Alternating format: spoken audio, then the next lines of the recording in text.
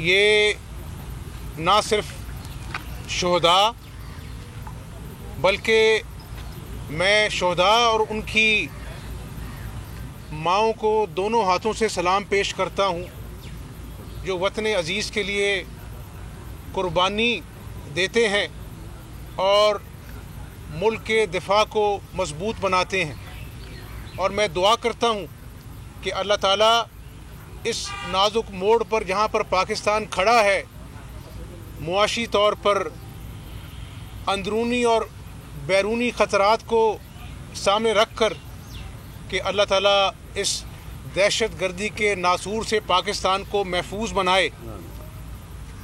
یہ وہی دہشت گردی ہے جس کا ضرب عزم جب ہوا تھا ہم نے ڈٹ کر مقابلہ کیا تھا، عوام کو متحد کیا تھا، پاکستان کی سیاسی جماعتوں کو متحد کیا تھا، اور مل کر ہم نے دہشت گردی کی جنگ میں خاطر خواہ کامیابیاں حاصل کی تھیں۔ کراچی کی رونقیں لوٹی تھیں، کراچی میں بوری بند لاشیں بند ہو گئی تھیں اور تاجروں کو امن میسر آیا تھا۔ لیکن بدقسمتی یہ ہے کہ جو آج وزارت عظمیٰ پر ایک جھوٹا شخص بیٹھا ہے، وہ اپنی جماعت کو اکٹھا نہیں کر سکتا تو اس نے قوم کو کیا اکٹھا کرنا ہے؟ طرح طرح کی باتیں اس کی اپنی جماعت میں اس کے خلاف ہوتی ہیں۔ میں ہمیشہ یہ کہتا ہوں اور پاکستانی قوم کو بتانا چاہتا ہوں، یہ پلوامہ کا واقعہ ہوا تھا، یہ کوئی کسی کا ذاتی معاملہ نہیں تھا، ملک کا معاملہ تھا۔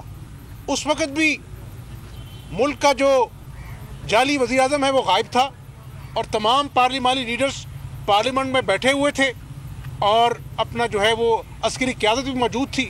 تو یہ کیسا شخص ہے کہ جس کو اپنی ذات سے اتنا پیار ہے، جس کی انا اتنی اونچی ہے کہ وہ ملکی معاملات میں بھی اپنی انا کو ترجیح دیتا ہے؟ ایک بات۔ دوسری بات، آپ نے دیکھا شرمناک ترین شرائط آئی ایم ایف کی مان لی گئیں، اور جب اسٹیٹ بینک کو بھی گروی رکھ دیا گیا، ایک ایٹمی قوت ملک پاکستان کو جو ایٹمی قوت ہے، اور اب جو کل جو آئی ایم ایف نے دوبارہ جو شرمناک شرائط رکھی ہیں کہ آپ نے یہ بھی کرنا ہے وہ بھی کرنا ہے، یہ وہ ڈکٹیشن ہے جس کے لیے میں کہتا ہوں کہ وہ کہتے ہیں کہ بیگرز کانٹ بی چوزرز، جو کشکول لے کر دنیا کے سامنے جاتے ہیں۔ یہ تو کہتا تھا کہ میں خودکشی کر لوں گا اور آئی ایم ایف کے پاس نہیں جاؤں گا۔ میں یہ نہیں کہتا کہ قرضہ لینا گناہ ہے، لیکن جب قرضہ لینا چاہیے تھا اس وقت اس نے وقت ضائع کر دیا۔ اس کو سمجھ ہر بات جو ہے وہ 6 مہینے بعد آتی ہے، اور پھر کہتا ہے میں نے غلطی کر دی۔ خود ہی کہا تھا کہ آئی ایم ایف کے پاس پہلے جانا چاہیے تھا، ہم بعد میں لیٹ گئے۔ کبھی اس کو بھول جاتا ہے، اس کو گھر میں کوئی یاد کراتا ہے کہ یہ وزیر اعظم ہے، خود بتاتا ہے قوم کو۔ یہ ایسا شخص ہے کہ جس کو بولتا پہلے ہے سوچتا بعد میں ہے۔ تو میں یہ کہنا چاہتا ہوں کہ آج یہ قومی فریضہ ہے پاکستانی قوم کا۔ ابھی کھاد جو ہے کسان کھاد کے لیے رول گیا ہے، وہ جو فاسفیٹ ہوتی ہے، جو سیکنڈری اپنا کھاد کی جو اپنا قسم ہوتی ہے، وہ بھی مارکیٹ سے غائب ہو گئی ہے۔ نہیں، یوریا اور بات ہے، وہ فاسفیٹ کی بات کر رہا ہوں میں، کسان سمجھتا ہے۔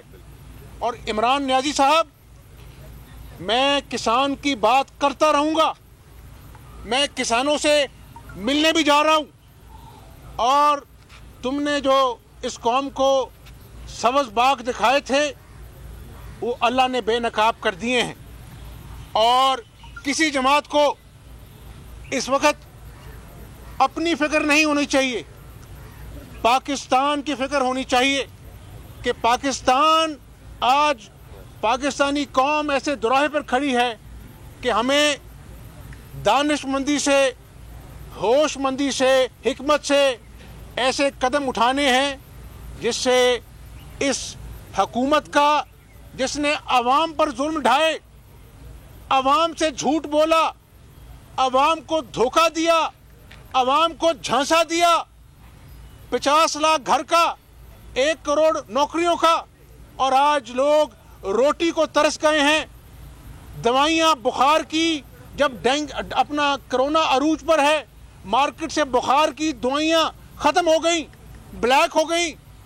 کھاد میں اس کے ATM پیسہ بناتے ہیں اور پھر یہ مافیا کی دوائیاں دیتا ہے. سب سے بڑا مافیا یہ خود ہے. تو میں سمجھتا ہوں کہ آج جس کا ضمیر زندہ ہے وہ آج جب پاکستانی قوم کی بھوک دیکھتا ہے, جب پاکستانی قوم کے پہاڑ جیسے مسائل دیکھتا ہے, جب وہ اندرونی اور بیرونی قومی خلفشار کو دیکھتا ہے. سبسکرائب کریں اور بیل دبائیں تاکہ کوئی خبر رہ نہ جائے.